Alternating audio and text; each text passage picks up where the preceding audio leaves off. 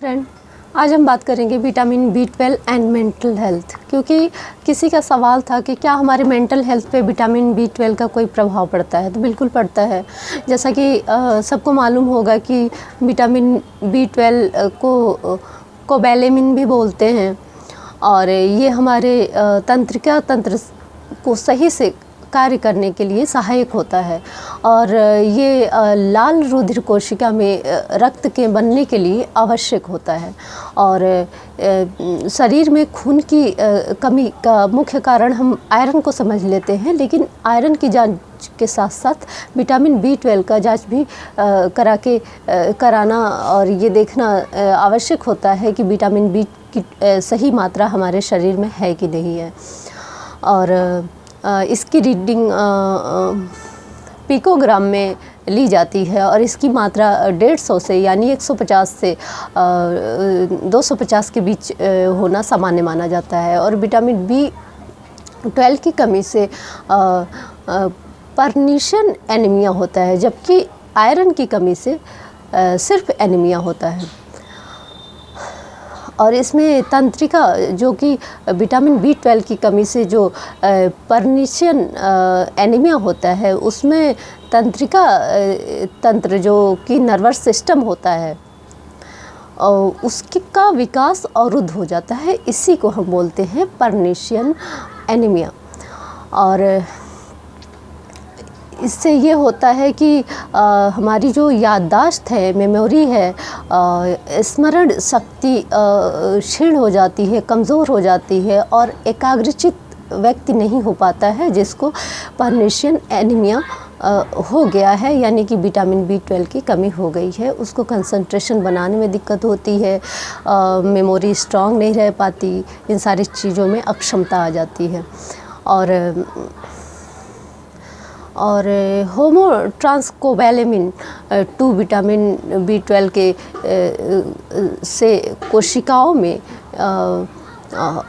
Mania और साइकोसिस जैसी समस्याएं आ जाती हैं। मेनिया जैसे कि एक तरह का उन्माद और साइकोसिस यानी कि पागलपन, ये विटामिन B12 की कमी से होने वाला मानसिक रोग है। और ये लाल रुधिर कोशिकाओं से संबंधित रोग भी होता है विटामिन B12 की कमी से। और एक सबसे सामान्य सा होने वाला रोग भी है, जैसे कि असमय बालों का सफ़ेद होना। जैसे आप लोगों ने देखा होगा, असमय का मतलब कि वृद्धावस्था या प्रौढ़ावस्था के लोगों में तो बालों का सफ़ेद होना सामान्य माना जाता है, लेकिन अगर किसी बच्चे में, किसी यंग में बाल सफ़ेद होने लगे तो इसको असमय बालों का सफ़ेद होना कहा जाता है। और ये भी एक कारण होता है विटामिन B12 की कमी से होने वाला ये समस्या है। और विटामिन B एक तरह का बैक्टीरिया जनित विटामिन माना जाता है, जो कि जानवरों से ही प्राप्त होता है। जैसे कि दूध से बने प्रोडक्ट, मतलब कि डेयरी प्रोडक्ट, दूध, दही, घी, छाछ वगैरह जो भी होते हैं दूध से बने प्रोडक्ट, उसमें पाए जाते हैं विटामिन B12।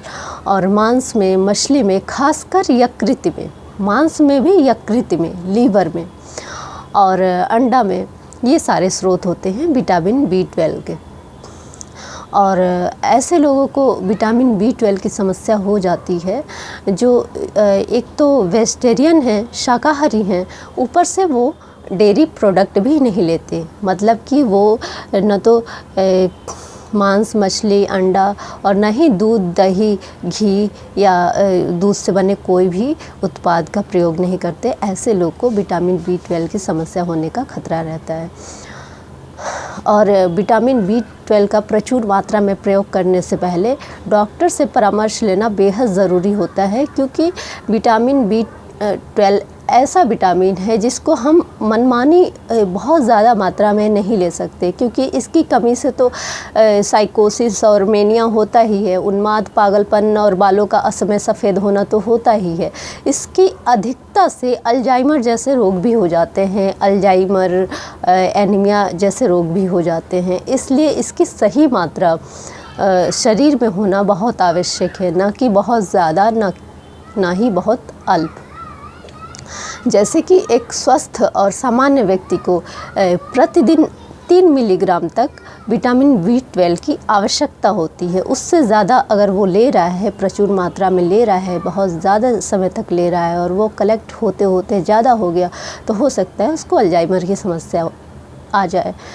ऐसे ही अगर कोई गर्भवती स्त्री है तो उसको 2.6 मिलीग्राम प्रतिदिन विटामिन B12 की आवश्यकता होती है। अगर कोई राजस्वला स्त्री या लड़की है, राजस्वला मतलब कि पीरियड टाइम जिसका चल रहा है, उसको 2.2 मिलीग्राम ये विटामिन 12 की आवश्यकता होती है। बाकी सारे लोगों को सामान्य जैसे कि सामान्य मतलब 3 मिलीग्राम से ज़्यादा नहीं होना चाहिए प्रतिदिन एक व्यक्ति में। इसलिए अगर आपको विटामिन B12 की कमी है तो आप लीजिए, लेकिन इतना अति ना कर दीजिए, इतना प्रचुरता ना कर दीजिए कि अल्जाइमर की समस्या या कोई और समस्या हो जाए। इसलिए बिना डॉक्टर के परामर्श के, बिना चेकअप कराए आप अपने मन से ना लें। और अगर आप वेजिटेरियन हैं तो आप डेयरी प्रोडक्ट का उपयोग ज़रूर करें। अब नेक्स्ट टॉपिक पे मिलते हैं। बाय।